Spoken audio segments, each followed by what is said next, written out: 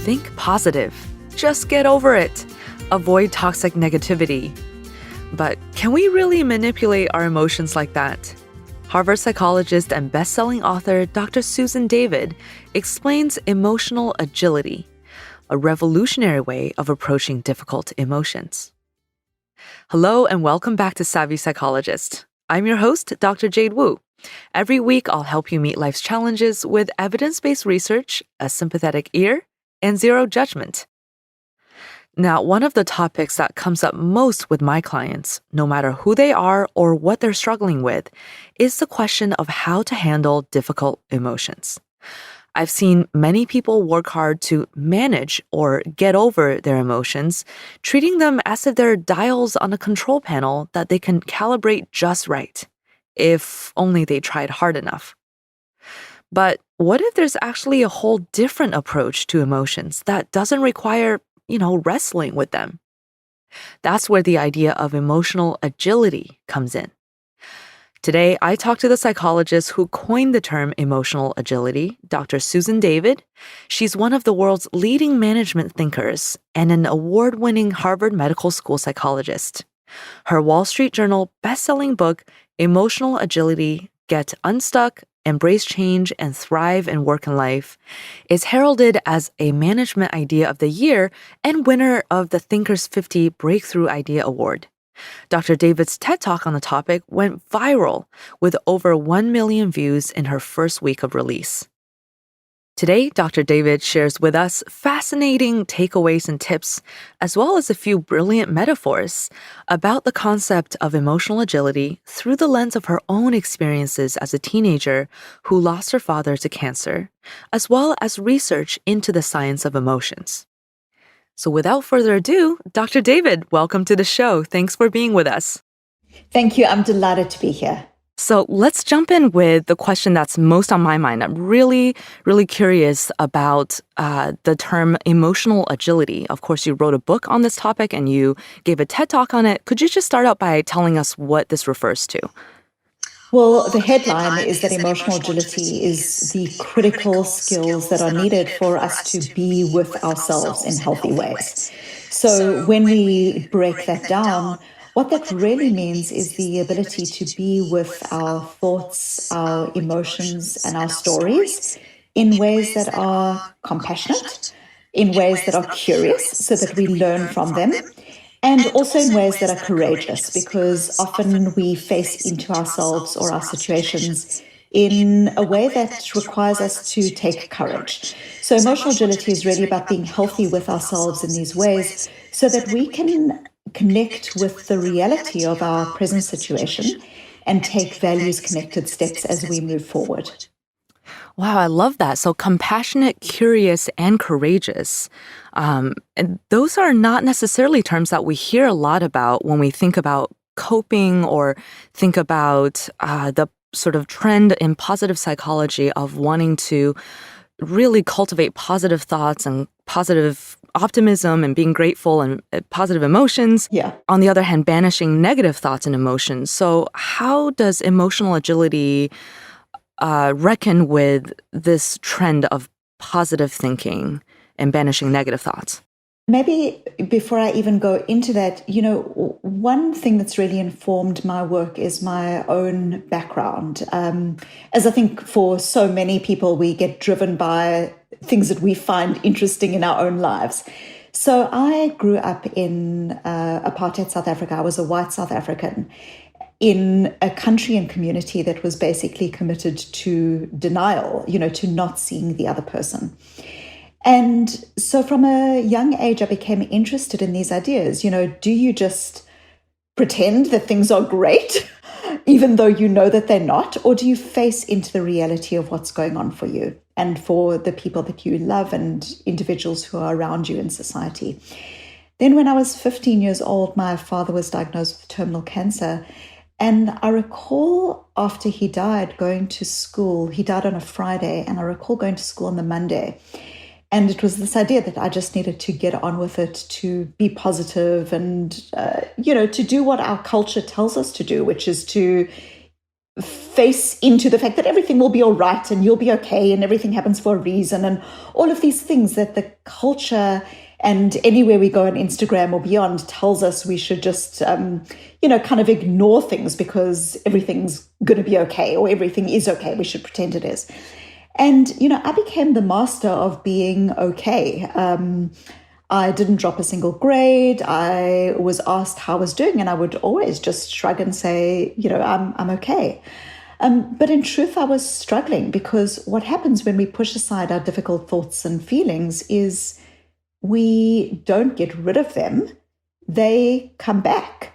In my TED Talk, I talk about this delicious piece of chocolate cake in the refrigerator. When you try not to think about it, the greater its hold on you. So, the fact is that reality will always have its way and internal pain always comes out. And for me, that landed up being expressed in, as a young girl, binging and purging. So many young girls do, trying to control their environment by trying to control their bodies. And a couple of months after I had really descended into this real struggle with myself, an 8th grade English teacher handed out a blank notebook.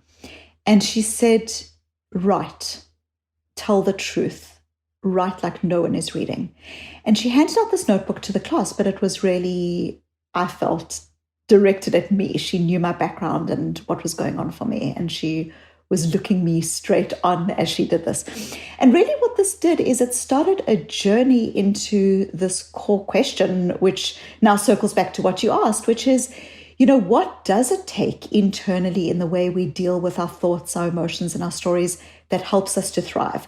Because we live in a culture that tells us to be calm and carry on, be positive vibes only, everything happens for a reason. But when we do this, when we push aside the reality of our human experience, we actually falter. And the reason we falter is because we develop an internal struggle with ourselves.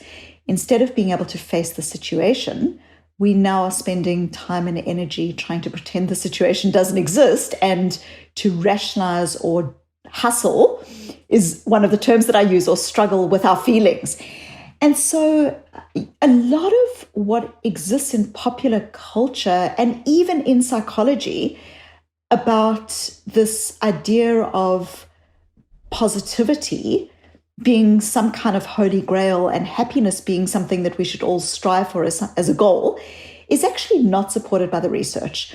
We know that when people set happiness as a goal, they actually tend to become less happy over time. Because happiness is not something that we have as a goal. Happiness is something that is experienced as a byproduct of living a life that feels coherent and values connected, and in which we are in touch with ourselves, in which we feel that we ourselves love who we are. We might not like every aspect of ourselves, but we love who we are, and we can come to ourselves in healthy ways. And so that's really the foundation of my work. I'm not anti-happiness, but really, what do we know? We know that our emotions, all of our emotions, are helpful, that all of our emotions evolved to help us to adapt and to thrive, that our emotions contain signals to the things that we care about. And when we push aside our difficult emotions, we don't develop the skills to deal with the world as it is. Instead, we're trying to deal with a world that we wish could be. That is so interesting. First of all, thank you so much for sharing your story. That is a really poignant story, and I can definitely see how those experiences would drive you to think about living a more truthful life and being more in touch with your emotions. So, first of all, that notebook, was that helpful for you in the end? So it was remarkable. I did away with all of these ideas of how I should feel, and instead started to face into how I did feel. And for me, that was pain and loss and anger, regret, all of the things that come with grief. And what I found over time is that it was that singular experience, that process. It was so simple, but as so many simple acts are, it was a revolution for me. It was a silent revolution because it was the revolution of facing into myself. And it was also the revolution of starting to recognize that so much of what we see in our everyday experience, whether it's on Instagram, where we're told to, be only with people who are positive, or there's this idea of toxic negativity. So it was revolutionary for me because it started to really help me to recognize that what enabled me to see myself through the experience in a way that didn't just allow me to put my life back together, but actually to develop an internal sense that I have with me to this day, which is that I'm resilient, that I'm resilient, and I feel it in such a profound way that was really enabled by the writing process.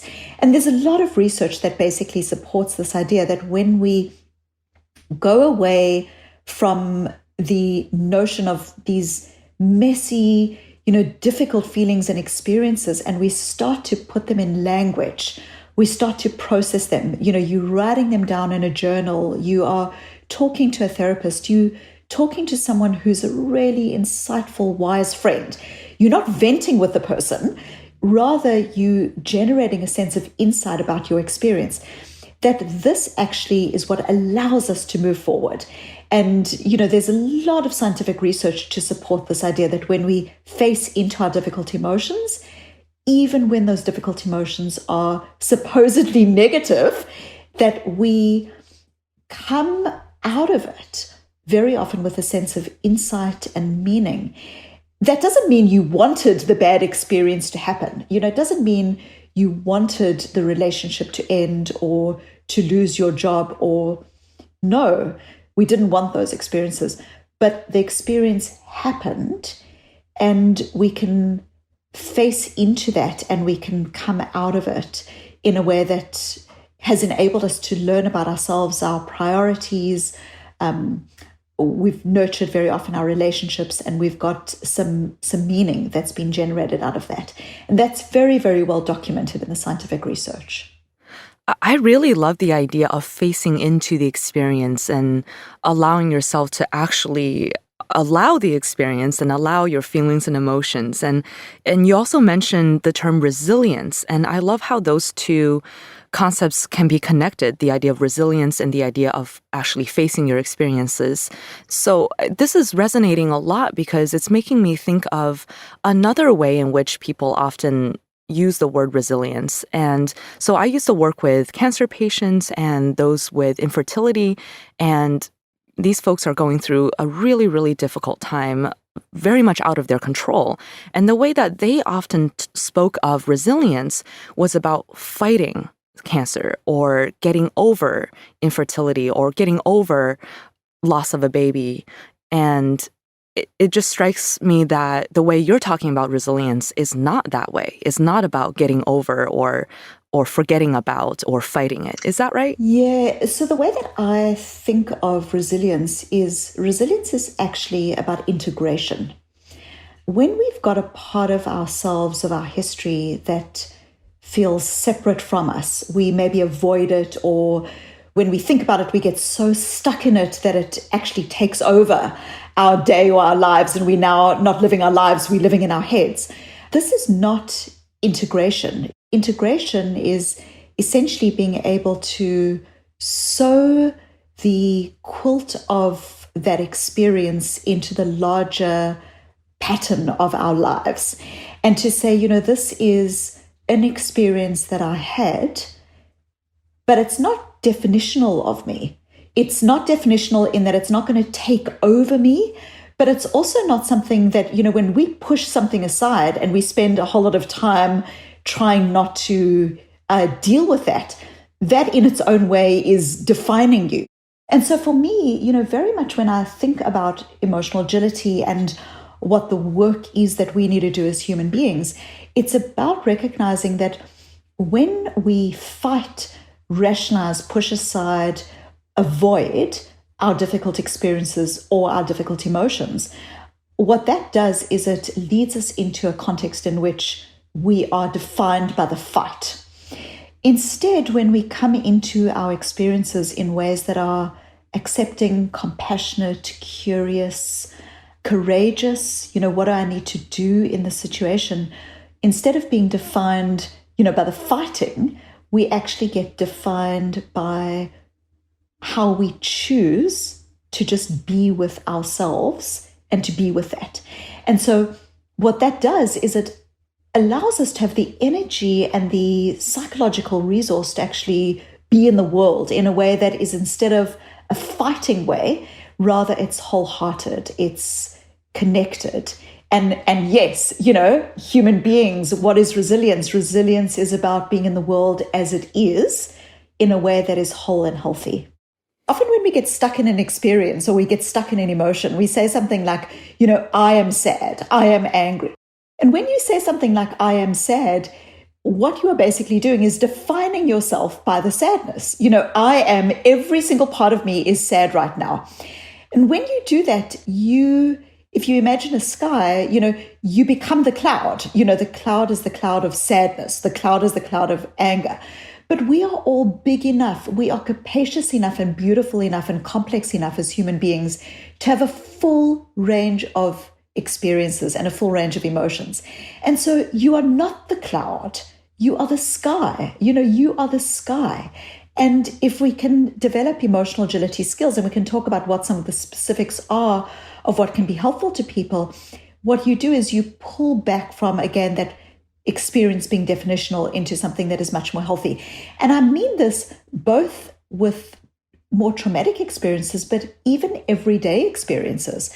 When we every day say things like, I'm being undermined in the meeting, so I'm going to shut down, or I'm a bad parent, and we wrap ourselves in these difficult emotions, there's no space in that for us to bring other parts of ourselves, our values, our intentions, our wisdom, who we want to be in the situation.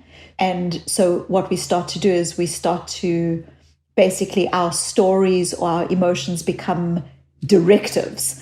I was angry and so I left the room when my husband started in on the finances. Or, I'm a bad parent and so I now wrap myself in the guilt. Or I'm being undermined in the meeting, so I'm going to shut down. But of course, we own our actions. Our thoughts don't own our actions. Our emotions don't own our actions. We as human beings own our actions. So one of the greatest taking back capacities that we have of human beings, the way that we take back our power, is to actually face into these experiences and then to ask ourselves, who do I want to be right now? Like, what are my values telling me? And they're incredibly powerful strategies that we can use to do that. So what are some of those strategies when someone finds themselves hooked or stuck and they feel like they are the cloud and they maybe rationally know, I remember Dr. David said one time that I am not the cloud. But then but then once they recognize that, what are some actionable steps that they can take to at least begin the process of becoming the sky or feeling like they are? So how do we become the sky? The first way we become the sky is by showing up to our difficult experiences. What I've found in my work is that a lot of people either bottle their emotions, they try to push them aside, rationalize them, or even judge them. They say things like, I shouldn't be sad. There are many people worse off than me, or at least I've got a job, even if I'm unhappy in my job. So a lot of times people bottle their emotions, or sometimes what we do is we brood on our emotions. We get stuck in them. So the first part of emotional agility is really being gently accepting of what it is that you're feeling. This is how I feel. Like, this is what's going on for me. We don't need to walk outside when it's raining and say, gee, it's raining and I wish it wouldn't rain, and it's terrible that it rains every day, and why does it always rain every time I want to go outside? Instead, we can walk outside and go, it's raining, which is gentle acceptance, to use the weather, continued weather metaphor. So gentle acceptance is the first critical part of emotional agility, because paradoxically, we can only be healthy and whole as human beings when we accept the world as it is, not as we wish it to be. And that includes our inner world. A second part of emotional agility is compassion is critical. So we live in a world that would have us believe that we are in a never-ending Iron Man or Iron Woman competition, where, we've got to be fit and healthy and wear wonderful clothes and have a good job and, be a perfect parent. And there's all of the stuff that tells us what we need to be. But often the most important thing that we need to be is kind to ourselves, recognizing that we are doing the best we can with who we are, with the resources that we have in life. And a lot of times people misunderstand self-compassion. They think that self-compassion is about being weak or lazy or lying to yourself. But actually, self-compassion, what it does when you're kind to yourself is you create a space for yourself that is gentle.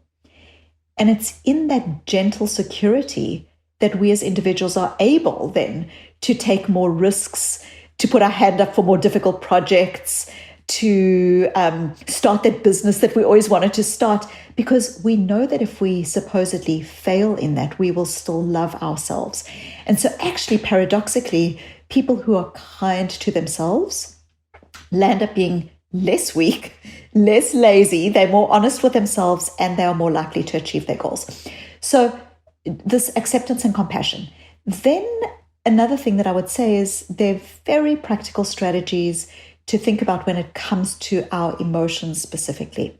For instance, when we say things like, I am sad, I am angry, as I've already referenced, we are defining ourselves by the emotion. But we are not the emotion. So what do we want to do instead?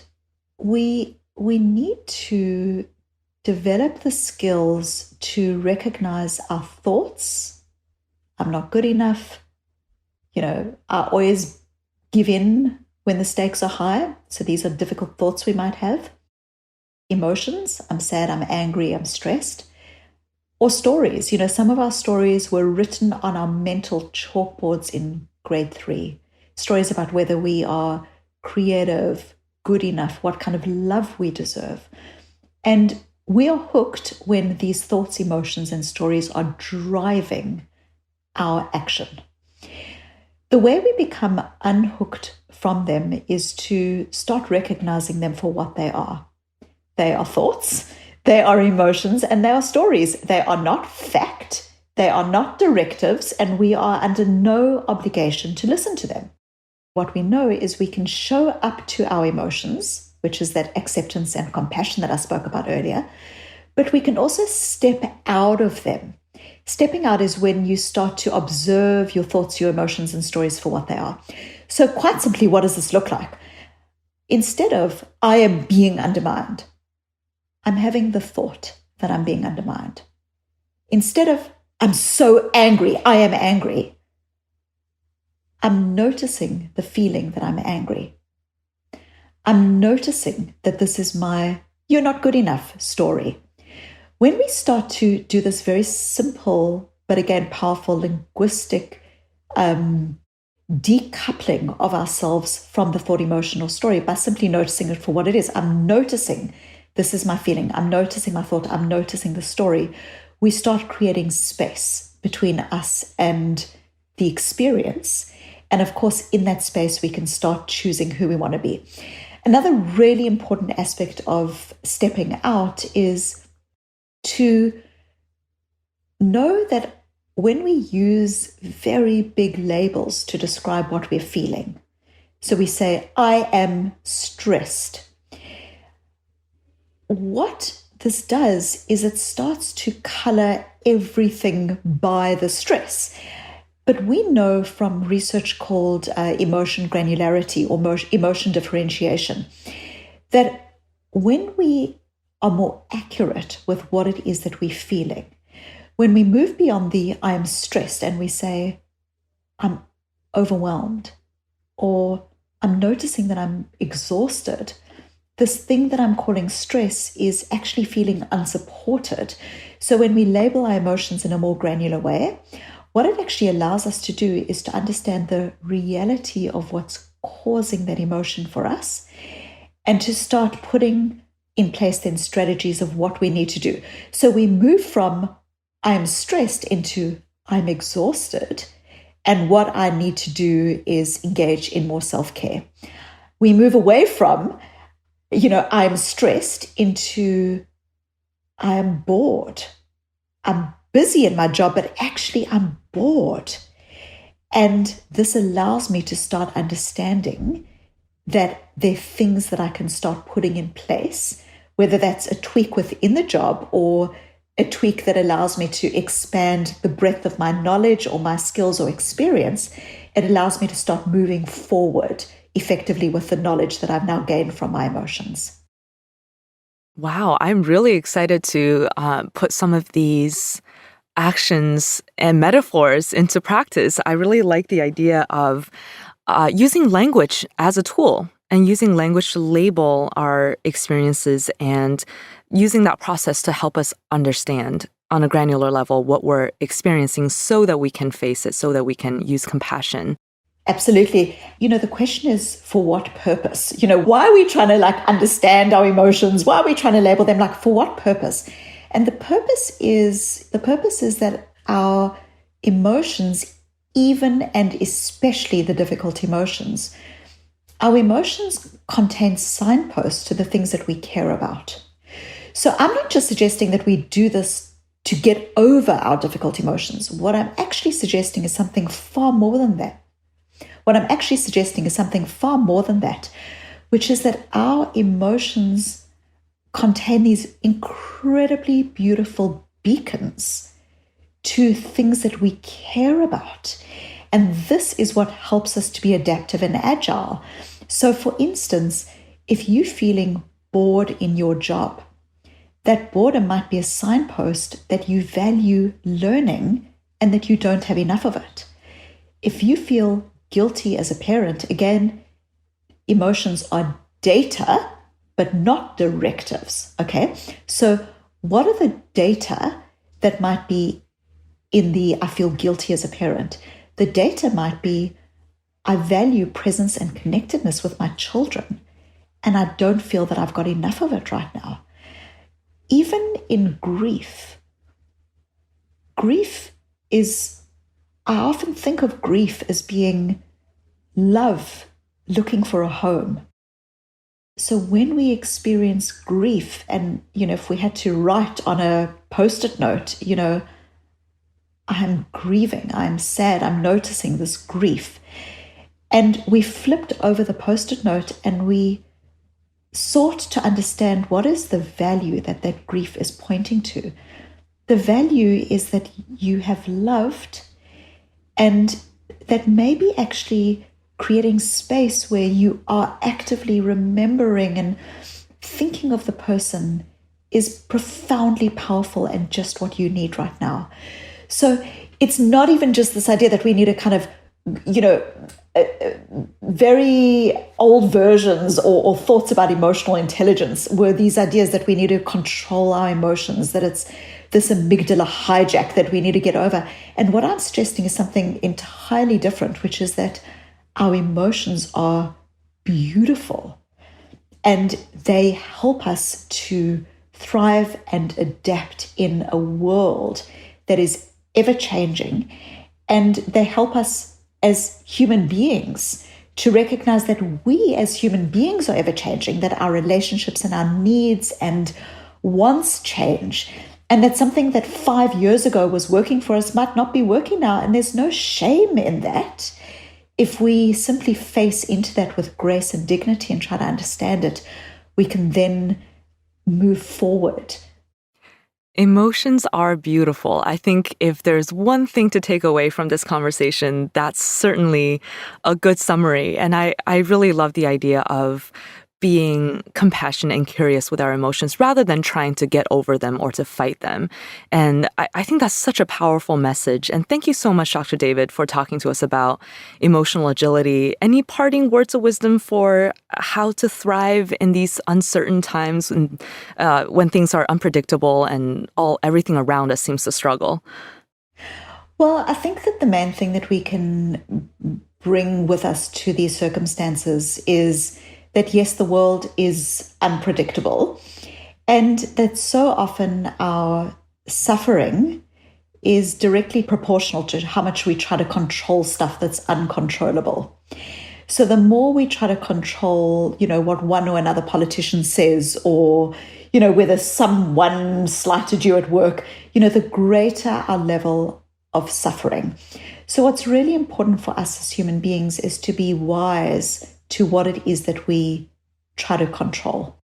We cannot control what other people do or say. And also, we cannot and should not try to control our thoughts and our feelings. Our thoughts and feelings exist for a reason. We have thousands of them every single day. And just because you had a so-called negative thought doesn't mean you're going to manifest a so-called negative reality. It just doesn't work that way. And so when we instead just start saying to ourselves, there's so much out of control, but what can we control? We can control how we respond. We can control how we connect with people. We can control the choices that we make. Is my response serving me?